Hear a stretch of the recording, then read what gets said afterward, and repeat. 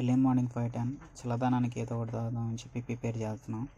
రాగి జావా ఒక బౌల్ తీసుకొని 2 స్పూన్లు రాగి పిండి వేసుకొని వాటర్ కలుపుకొని కొంచెం నానబెట్టి ఒక బౌల్ తీసుకొని ఒక 5 స్పూన్లు షుగరు వేసుకొని సరిపడా, ఆ తర్వాత ఒక గ్లాసులో వాటర్ తీసుకొని దీంట్లో షుగర్ సిరప్లో పోసుకొని తయారు చేసుకోవాలి. తర్వాత గ్యాస్ మీద పెట్టి గ్యాస్ వెలిగించుకొని ఆ వాటర్ని తెరలించాలి. తెరిన తర్వాత మనం ఒక ఇంగ్రీడియంట్ కలుపుకోవాలి. ఈ బాయిల్ అవుతుంది కదా, ఇలా అవ్వాలి. తర్వాత దాన్ని మిక్స్ చేసుకోవాలి రాగి పిండిని. ఆ తర్వాత దాంట్లోకి అప్లై చేసుకోవడమే.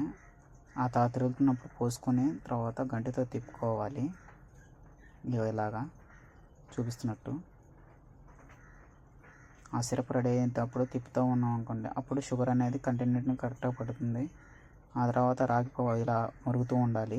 మరుగుతున్నప్పుడు అది బాగా థిక్నెస్ వస్తుంది. తిప్పుతూ ఉండాలి. తర్వాత తన పైన ఒక బ్లాక్ నురుగ్గా వస్తుంది, దాన్ని రిమూవ్ చేయాలి. లేకపోతే స్ట్రక్చర్ పాడైపోతుంది, తాగుబుద్ధి కాదు. ఇలా ఉన్నదాన్ని తీసేస్తూ ఉండాలి ఎప్పుడప్పుడు, లేకపోతే బాగోదు. లేకపోతే పౌడర్ కనిపిస్తుంది నోటికంతా. దాన్ని తీసేసి ఇలా తిప్పుతూ ఉంటే, గ్రైండ్ చేస్తూ ఉంటే అప్పుడు థిక్నెస్ ఫ్లేవర్ వస్తుంది. తర్వాత బౌల్లో తీసుకొని సర్వ్ చేసుకోవటమే. మనకు కావాలంటే షుగర్ వేసుకోవచ్చు, అవసరం లేదనుకుంటే బెల్లం కూడా వాడచ్చు. షుగర్ పేషెంట్ ఉంటే బెల్లం వాడుకొని తాగొచ్చు. లేదు మా షుగరు బెల్లం అవసరం లేదంటే లైట్గా సాల్ట్ వేసుకొని తాగొచ్చు. ఇలా పిల్లలకు కూడా ఇవ్వచ్చు ఎర్లీ మార్నింగ్. ఇలా వర్షాకాలంలో ఆఫీస్కి వెళ్ళేటప్పుడు ఇలా తాగటం వల్ల మనకు చలి పుట్టదు. అలాగే పిల్లలు కూడా ఎర్లీ మార్నింగ్ ఇలా ఇవ్వటం వల్ల హెల్త్కి కూడా చాలా మంచిది, ఆకలి కూడా వస్తుంది.